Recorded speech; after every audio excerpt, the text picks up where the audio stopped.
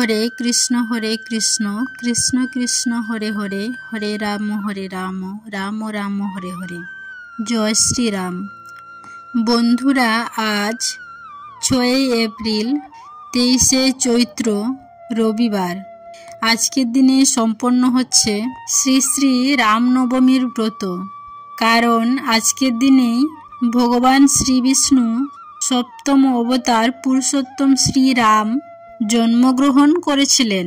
তাই অনেকেই হয়তো শ্রী রামনবমীর ব্রত করছেন, তার উদ্দেশ্যে পূজাও দিচ্ছেন। বন্ধুরা, আজ যদি শ্রী রামচন্দ্রের পূজা দেন আর তার উদ্দেশ্যে যদি রামনবমীর ব্রত রাখেন, তাহলে অবশ্যই শ্রী রামনবমীর ব্রত কথা শ্রবণ করতে হয়, নচেত রামনবমীর ব্রত অসম্পূর্ণ থেকে যায়। বলা হয়, যদি কেউ কোনো কারণে রামনবমীর ব্রত নাও রাখতে পারেন, কেবলমাত্র এই ব্রত কথাটি শ্রবণ করে আজকের দিনে শ্রীরামের উদ্দেশ্যে একটি প্রদীপ প্রজ্বলন করতে পারেন, তাতেও এই ব্রতের পূর্ণ ফল অনেকাংশেই লাভ করা যায়। আজকের দিনে এই ব্রত কথা যতবার শ্রবণ করবেন, ততই পরম শান্তি লাভ করবেন। আশা করছি দর্শক বন্ধুরা, শ্রী রামনবমীর এই ব্রত কথাটি শ্রবণ করে আপনাদের ভালো লাগবে। শুরু করছি পুরুষোত্তম ভগবান শ্রী রামচন্দ্রের রামনবমীর ব্রত কথা। ওং নমো ভগবতে বাসুদেবায়। জয় শ্রীরাম।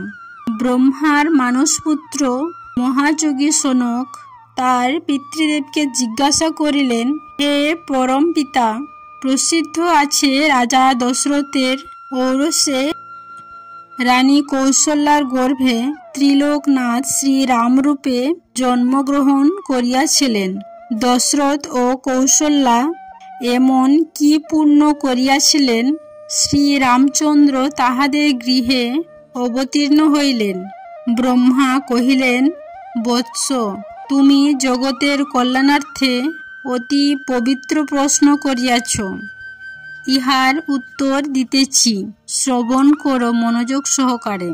রাজা দশরথের যৌবনকাল প্রায় শেষ হইয়া উপস্থিত, অথচ তাহার কোনো সন্তান হইল না। বংশরক্ষা হয় না দেখিয়া রাজা দশরথ খুবই চিন্তায় দিন কাটাইতে লাগিলেন। শেষে তাহার কুলপুরোহিত বশিষ্ঠদেব রাজাকে বলিলেন, তাহার স্ত্রীগণদের সহিত শিব দুর্গার মন্ত্র জপ করিতে। রাজা দশরথ এবং তাহার মহিষী পতিপরায়ণা কৌশল্যা ধ্যানমগ্ন হইয়া শিব দুর্গার মন্ত্র জপ করিতে লাগিলেন। তাহাদিগের কঠোর তপস্যায় প্রসন্ন হইলেন তিনি। তৎক্ষণাৎ রাজা ও রানীর পুরভাগে আবির্ভূত হইলেন।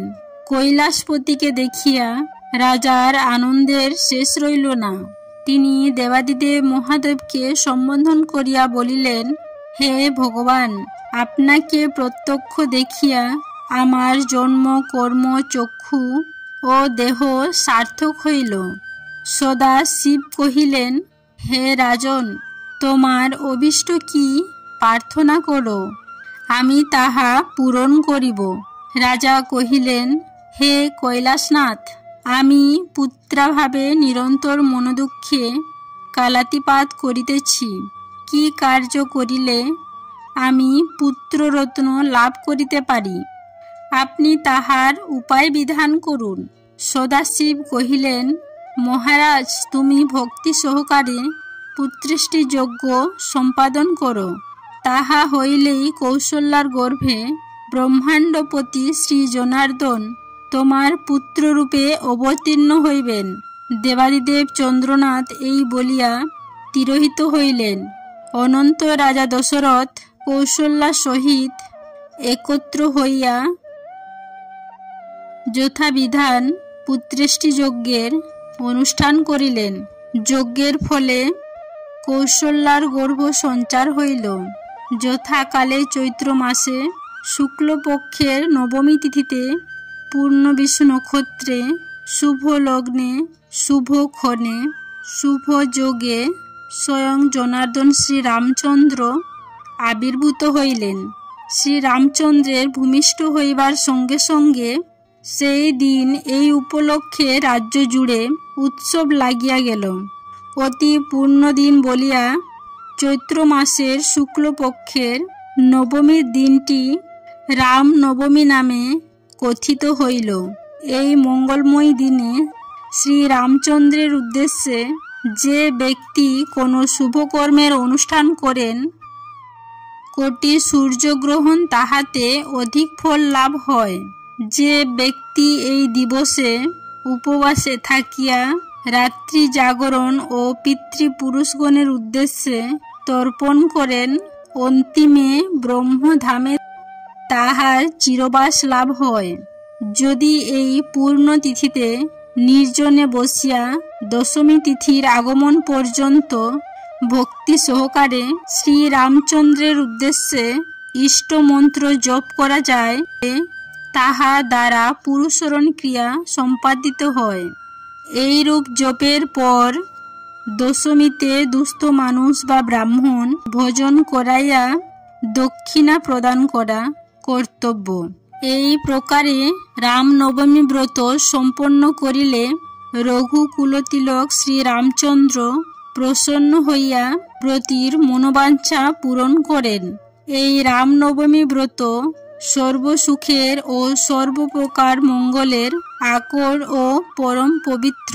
ব্রহ্মার মুখে এই কথা শুনিয়া তাপস শ্রেষ্ঠ সনক পুনরায় জিজ্ঞাসা করিলেন, হে পিত, এই প্রকার ব্রতের বিধান কি? ব্রহ্মা কহিলেন, ব্রতের পূর্বদিন একাহারে থাকিয়া আমিষ ভোজীদের নিরামিষ ভোজন করাই বিধি। রাত্রিকালে কুশ বা কম্বলের শয্যায় শয়ন করিবে, কিন্তু স্ত্রীর সহিত শয়ন করিবে না। প্রাতকালে গাত্রস্থান পূর্বক নিত্যক্রিয়া সমাপনান্তে পবিত্র হইয়া যথাবিধি সংকল্প করিবে। তৎপরে ঘটপথে শালগ্রাম শিলায় বা প্রতিমাতে শ্রীরামচন্দ্রের পূজা করিবে। প্রথমত কৌশল্যার ও তৎপরে দশরথের অর্চনা করিতে হয়। তদন্তর পরিবারবর্গের পূজা করিয়া নবগ্রহ, দিকপাল ও অস্ত্রসমূহ অর্চনা করিবে। মধ্যাহ্নকালে শ্রীরামচন্দ্রের আবির্ভাব স্মরণ করিয়া তারপর শ্রীরামচন্দ্রের পূজা করিয়া 3টি পুষ্পাঞ্জলি দ্বারা পূজা সম্পন্ন করি। রাত্রি জাগরণ করিতে হয়। পরদিন প্রভাতে স্নানান্তে যথাবিধি ভক্তি সহকারে শ্রীরামচন্দ্রের পূজা সমাপনান্তে দুস্থ মানুষ বা ব্রাহ্মণকে ভোজন করাইবে এবং দক্ষিণা দিয়া তাহাদিগকে সন্তোষ সাধন করিবে। তারপরে নিজে পালন করিবে। যে ব্যক্তি এই রামনবমীর ব্রত কথা শ্রবণ করেন বা পাঠ করেন, সে ইহধামে পুত্রাদি সহ অতুল সুখ সম্ভব করিয়া দেহবসানে ব্রহ্মধামে গমন করিয়া থাকেন। ভক্তি সহকারে ইহা শ্রবণ করিলে রোগীর দুঃখ দূর হয়, বন্ধা নারীর পুত্র লাভ করে। ইহার প্রসাদে নির্ধনের ধন লাভ হয় এবং ভয়ার্ত ব্যক্তির ভয় হইতে পরিমুক্ত হইবে। এই ব্রতের অনুষ্ঠান করিলে যেরূপ পুণ্য সঞ্চয় হইয়া থাকে, নানাবিধ যজ্ঞ, কঠোর তপস্যা ও সর্বতীর্থে ভ্রমণ দ্বারাও তাদৃশ পুণ্য লাভের সম্ভাবনা নাই। হে বৎস, তোমার প্রতি স্নেহ হেতু এই পূজ্য শ্রীরামচন্দ্রের রামনবমীর মাহাত্ম্য কীর্তন করিলাম। সাধারণের নিকট তুমি কদাচ এই ব্রতের বিষয়ে প্রকাশ করো না। যে ব্যক্তি প্রকৃত ভক্ত, হরিহরে ভেদ জ্ঞান নেই, তাদৃশ শিষ্যের নিকটে ইহা প্রকাশ করিও। আশা করছি দর্শক বন্ধুরা, ভিডিওটি আপনাদের ভালো লেগেছে। যদি ভালো লেগে থাকে অবশ্যই একটি লাইক করবেন এবং কমেন্টে আমাকে জয় শ্রীরাম লিখে যাবেন। সবাই ভালো থাকবেন, সুস্থ থাকবেন এই কামনা করে আজকের ভিডিওটি আমি এখানেই সমাপ্ত করিলাম। নমস্কার, ধন্যবাদ। ঈশ্বর আপনাদের মঙ্গল করুক।